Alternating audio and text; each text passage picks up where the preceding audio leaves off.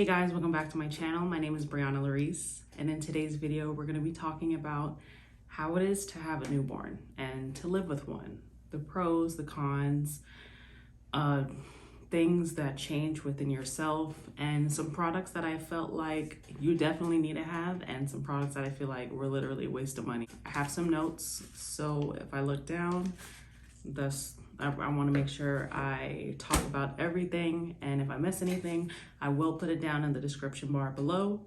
But please like, comment, and subscribe to my channel, and let me know how you feel about this video, or some things that worked for you, or if you've heard of it. But I just want to let you know my experience. This is how it was for me. Every mom is different, every woman is different, and I think the best way to learn is just to learn from experience. So I'm sharing mine, and maybe it'll help someone else. So let's just get into it.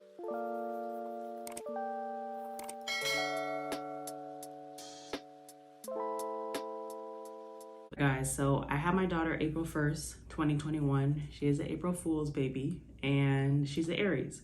So that was actually my due date, was April 1st, and I happened to have her on April 1st. So I did work up until literally the day before, and I was actually supposed to work April 1st because I didn't really think she was gonna come April 1st, but I ended up having to cancel the next day because obviously I was in the hospital. Like I was saying, babies are very simple. They need your attention, they need your time, and you need time to be able to adjust and learn how to find your new normal, or what's gonna be working for you or your family with this big change that is now part of your life.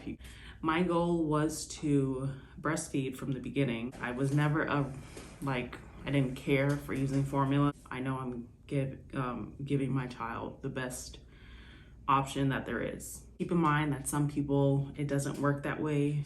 Some people can't, some people have issues, some people have, other things going on as to why they can't do it. So if you can do it, it's the best option. If not, then hey, it's just not, you just can't. I was producing milk, but the problem was that she wasn't latching, and she was also jaundiced in the hospital. So they said she was really sleepy for that reason.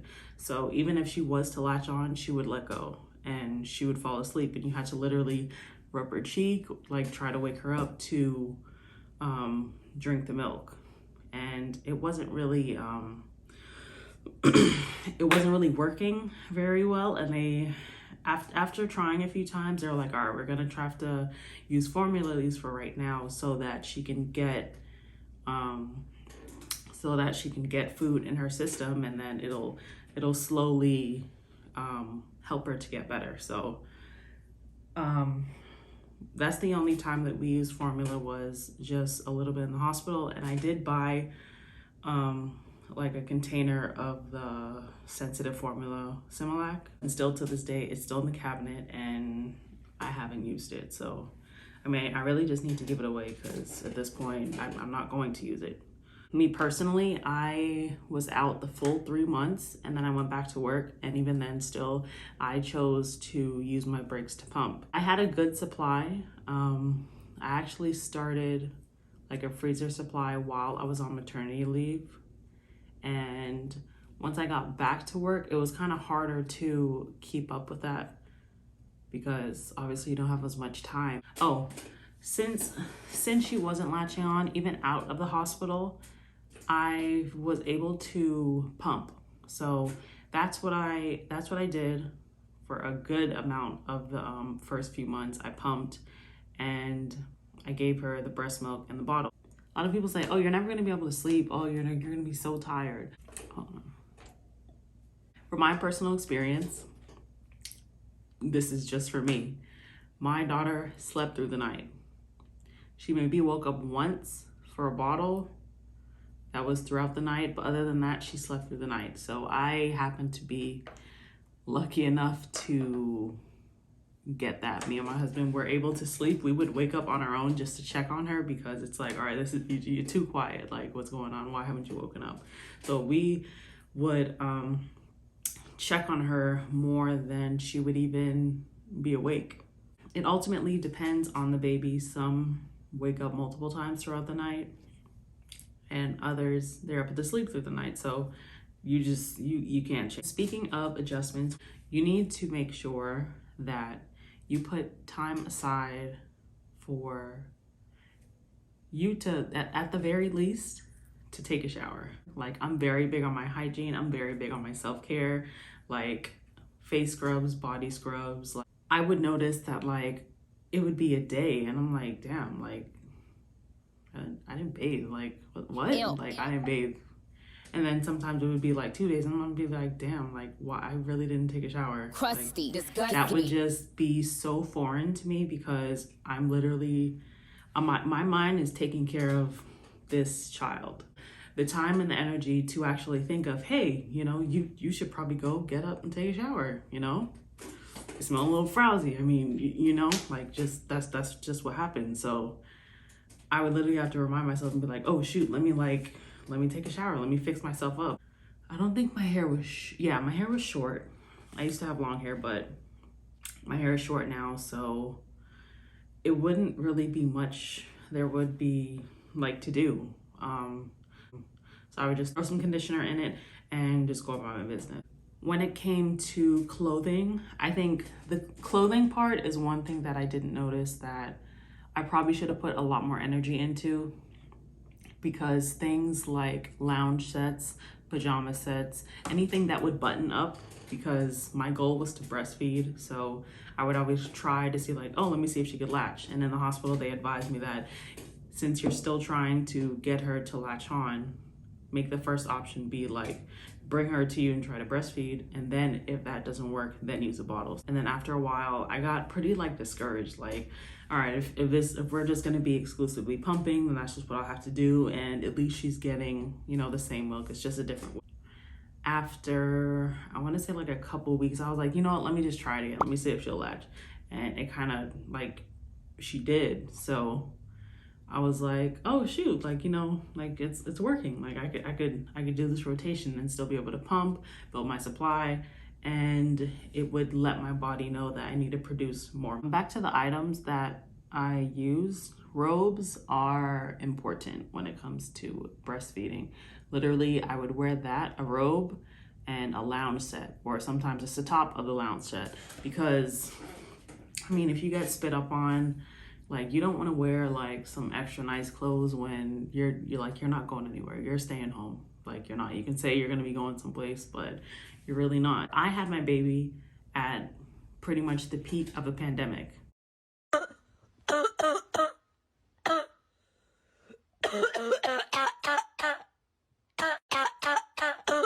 Wear a mask. You know, we've never dealt with this before. We don't know what it's like to have to wear masks everywhere. Doctor's appointments were like a completely different. These mothers or new mothers are dealing with something that no one has ever seen before. So that alone was different. Like, your husband can come into the doctor's appointment, or they want you to like FaceTime them, or even for ultrasounds. Like, it was just weird. So I was very adamant about, I'm not going outside, or I'm not taking her anywhere, or taking to people's houses in the first 1 to 2 months. Definitely, for sure, she was not going anywhere the first month. That was my choice. All right, you guys, so I am hoping this is in focus. I'm hoping that I'm in frame because my monitor is not working. So back to what I was saying. Yeah, so the first 1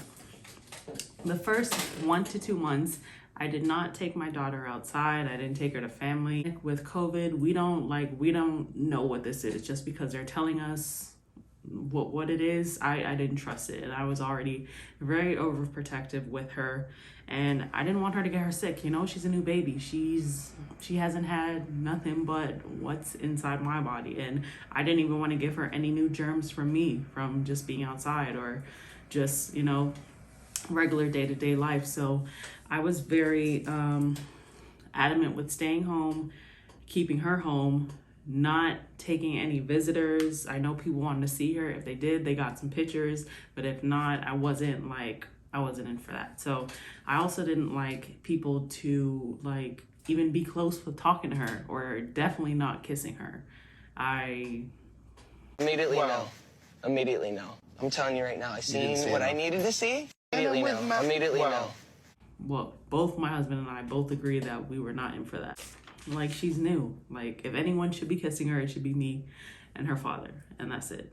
I think it helped her because she didn't get sick at all. She still has not gotten sick, and she's about to be a year old, and she is very healthy. She's like the funniest baby and very jokey, very like, she'll like joke.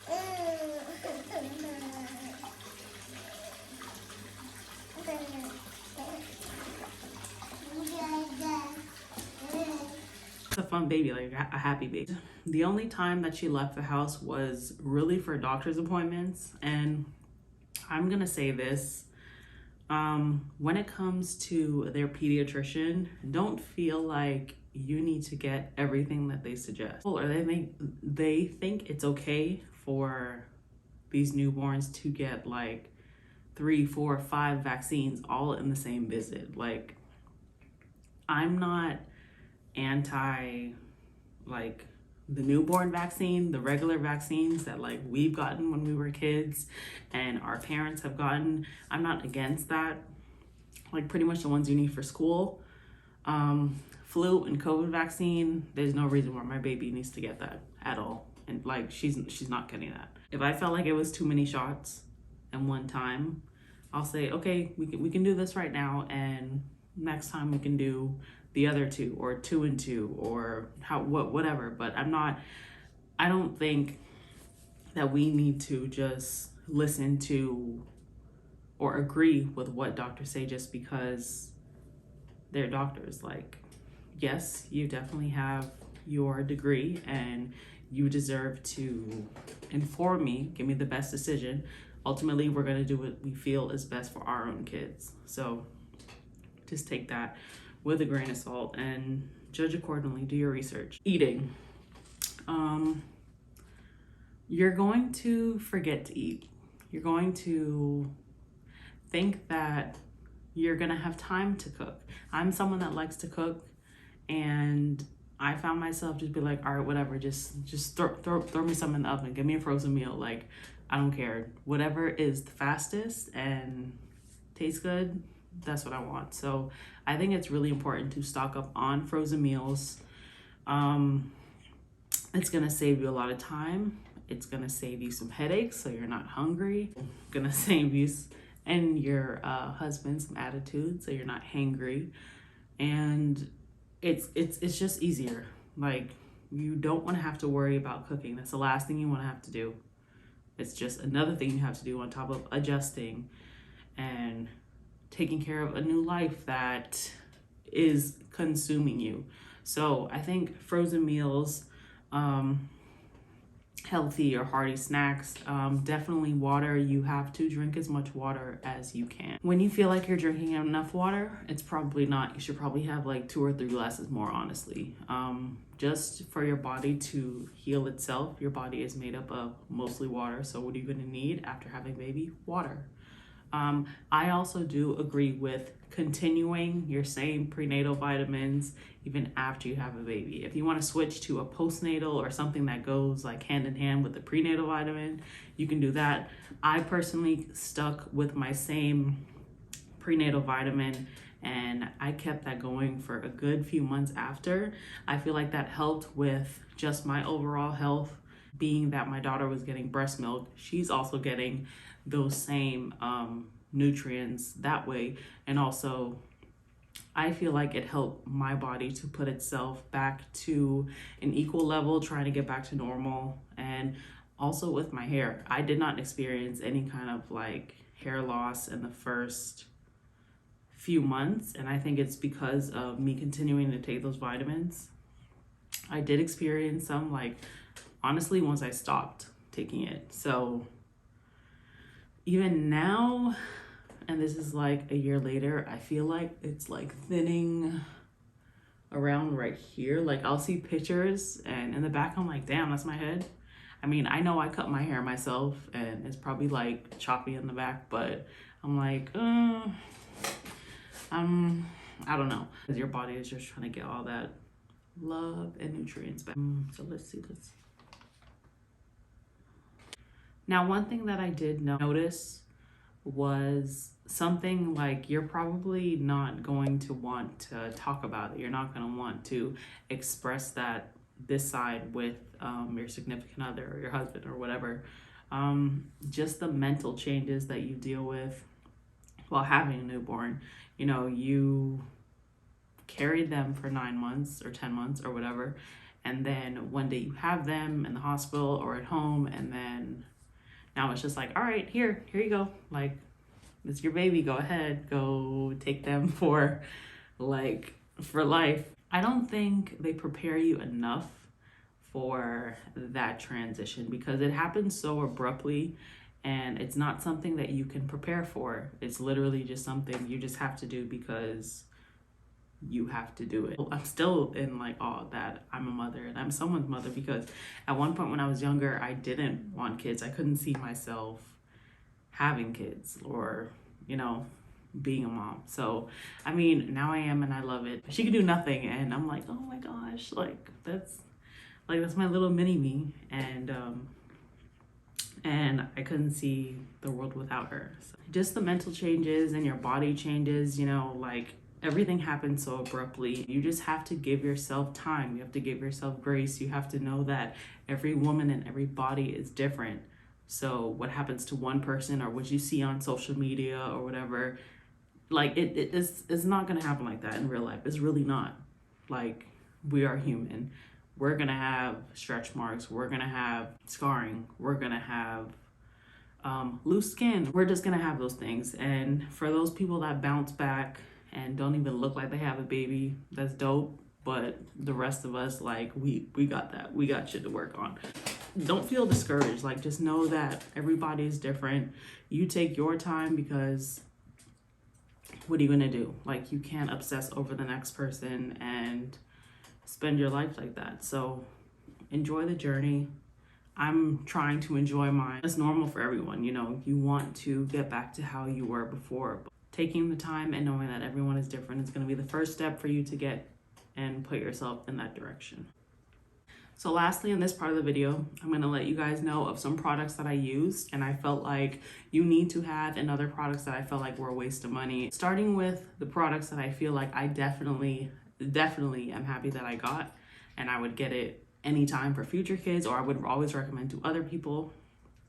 Even before I had Egypt, I used a pregnancy pillow. So one of those big long pillows that you're able to literally hug and it can go up behind your back.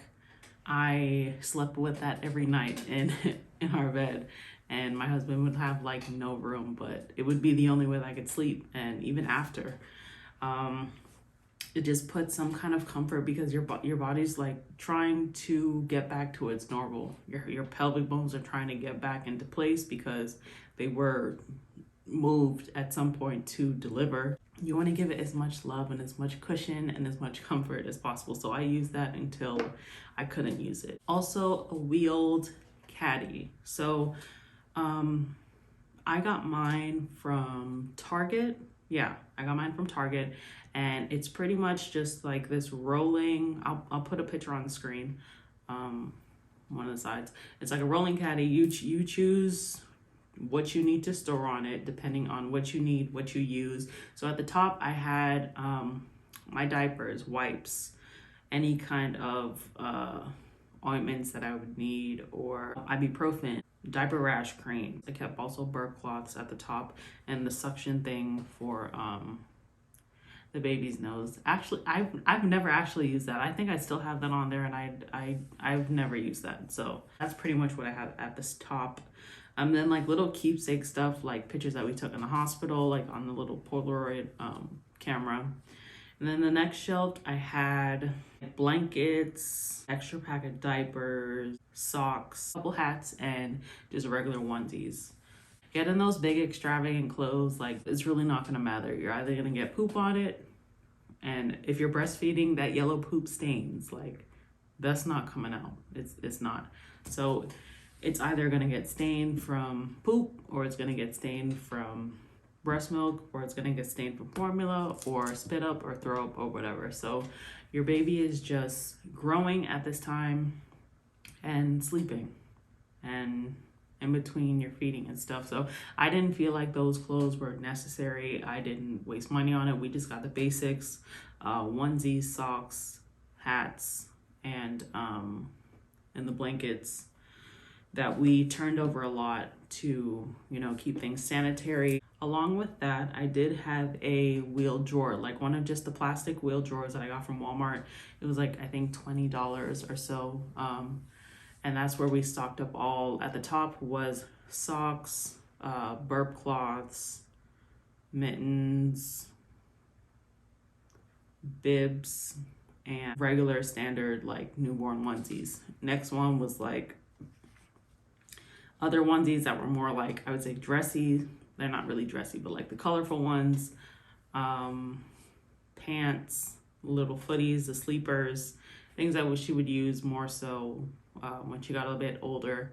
And then the bottom one would be all the blankets, all the towels, all of the washcloths, things like that. I wanted it to roll specifically because I don't want to have to keep getting up and putting it in the closet or putting it wherever. I rather bring everything to the bed, because that's pretty much where you're going to be a lot of the time, is at the bed. So the easier you're able to bring stuff to you instead of having to make laps to go to them, it's in your benefit, and it's going to save you time, especially in the middle of the night. One thing that I did not expect to be so helpful, but it's literally the smallest thing, but I would recommend it to anyone. Now that I'm a mother, I would get it for other people, because it's literally this. Look, I have it here.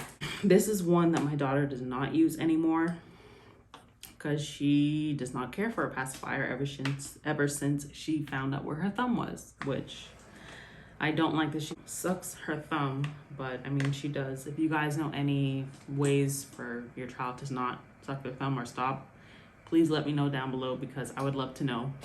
I want her to stop now, but yeah, so it's this. Literally a shirt clip. They clip it on their shirt, or you clip it on their shirt, whether it is a toy, pacifier, something for them to chew on, no matter what age. I think this was like the most important gift that I got. And it was like, literally, I just got a pack of 3 in the gift, and it was just that. I got it from a coworker. And I think that's the #1 thing that I use and that I value till this day, and will continue to value it, because the last thing you want is for their pacifier to continue to drop on the floor, or something that they're putting in their mouth to continue to drop on the floor, and then you have to re-sanitize it all over again. So this one, like I said, she does not use anymore. It's really just like, I got it for show.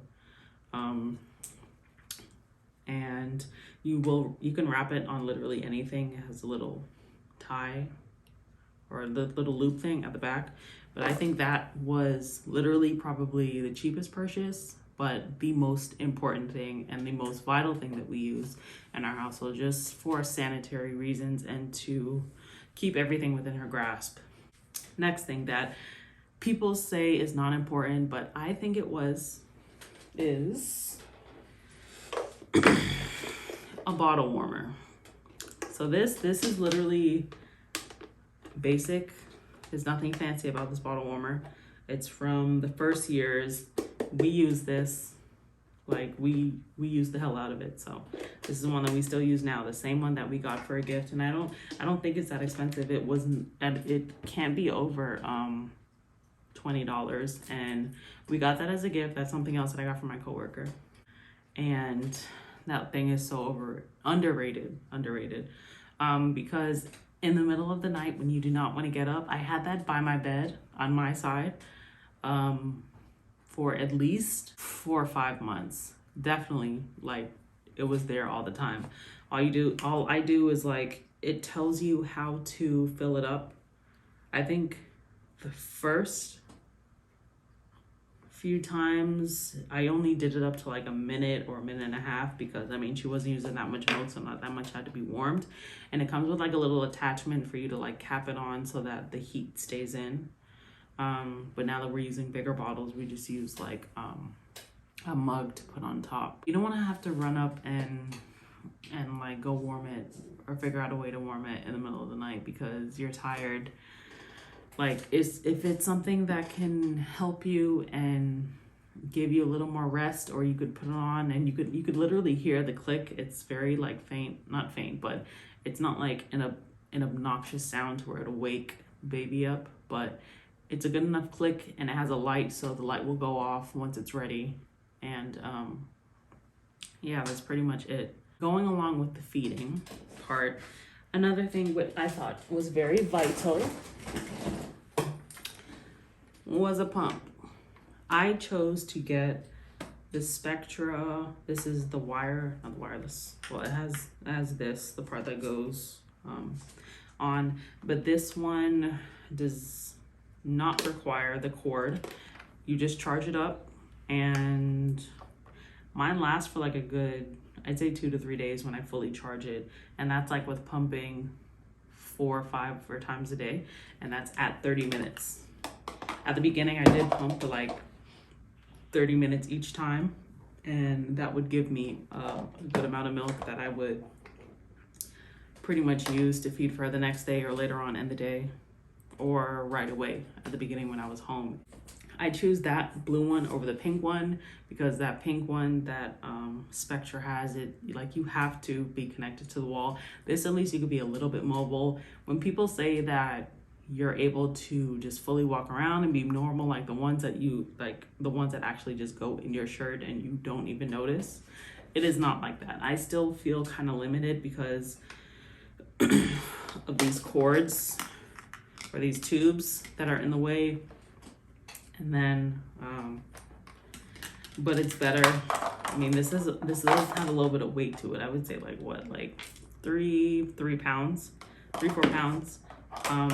But at least you're not stuck to the bed, so you're able to still move around with that.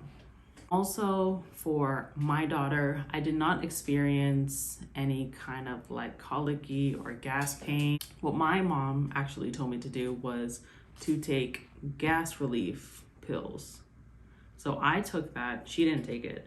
I took those like once a day, and being that she was getting breast milk, it's going through me and then it's going to her. So I didn't have any gas problems. I didn't have any bloating, any like pain in my stomach or anything, but I took it specifically so she would get it. So I think that helped a lot with preventing that, so she wouldn't have to deal with it. And I know that just makes them very fussy. Like, you don't want that. Like, you want your baby to be as happy as possible. So I think that's a big tip. You guys try it out. Let me know how it works, if it works for you. Oh, also what I forgot to mention with the pump, you're gonna need a pumping bra specifically. I got mine on Amazon, and I wanna say it was like $20-something off Amazon. But also, since I was eventually able to nurse, I had to get a nursing bra. So this is mine that I used. I got these from Amazon also. I got like 2 packs of just black ones, and that has become like my everyday bra. And I do like that when you wash them, it literally goes right back to how it was, like just right back. It doesn't, you can't tell like there's the wear and tear on it. It doesn't, I mean, it eventually will stretch out some as you're wearing it, or if you wear it too long, but each pack came with like 3, and it was like $15 for 1 pack. So $15 for 3 of them, which is still good. So it just has the clips, just like any standard bra. It has a little bit of padding in there just so like your nipples don't show and stuff, but other than that, it's like no kind of crazy padding. And I did at first used to use the like the covers that you would insert in there, but I don't care for that anymore. I feel like that that was just something to use. It's not a necessity, but some people do just leak like that. So for them it's probably a good idea, but for me, I personally didn't need to like that. Also with feeding, I'm sorry I'm all over the place, y'all. I'm looking at my list and I'm noticing that I'm missing stuff. So the bottles that we used when she was drinking breast milk from the bottle was Dr. Bronner's, the one that had the insert on the middle to prevent gas pains and all this stuff, preventing them from getting air. I do only use those bottles. That's it. I tried one other bottle and it literally looked like she was like the nipple part was like suctioning to way too much, to where I knew it looked like she was getting air and you can kind of hear it. And she wasn't like getting the milk properly. So I tried that one time and I was like, you know what, let me just stick to what's working. So I'm not even gonna mess with that. For colicky babies or to prevent colic, those are your best bet. Don't even waste your money on other bottles. You can easily find a pack of them at TJ Maxx, Marshalls, Ross, places like that. And once you got a little bit older, I did like go to those places and find the packs easy. They were always there. Oh, and also what I do feel like is a necessity, especially in the very, very beginning. We did not have one of those, like a bassinet or whatever. We had the pack and play that we converted into a bed. Like I got this mattress off Amazon, a little pack and play mattress. One side was for under 9 months. Flip it over, the other side is for, after 9 months. So that's what we used. Very safe, still perfect to this day. You don't have to feel like you need to rush to get a crib. I mean, it's not necessary. They're going to be in the room with you for like the first year anyways. So don't feel like you need to rush to do that. But what we did use that I feel was very helpful, saved us a lot of getting up and down, was a co-sleeper. So it was like a bassinet, but you put it in the bed. So we would put it between my husband and I would put it right between us, so that like he would be able to see her, I would be able to see her. We would know that there was a boundary between, because you are not at all supposed to sleep with your newborn, like at all.